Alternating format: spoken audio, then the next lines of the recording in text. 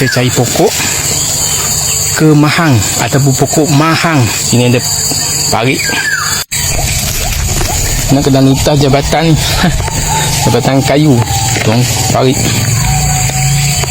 Nama saintifiknya Colocasia vasculenta.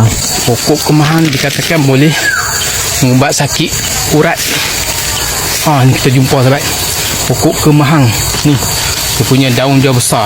Ni pokok kemahang. Inilah pokok kemahang. Ada pun orang juga panggil pokok mahang.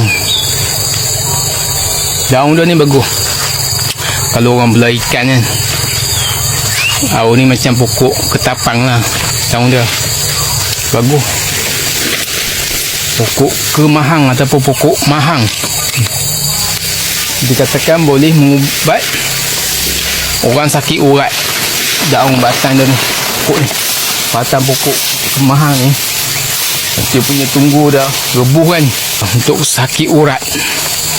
Sahabat, dapat sesuatu daripada titik ini, semoga bermanfaat.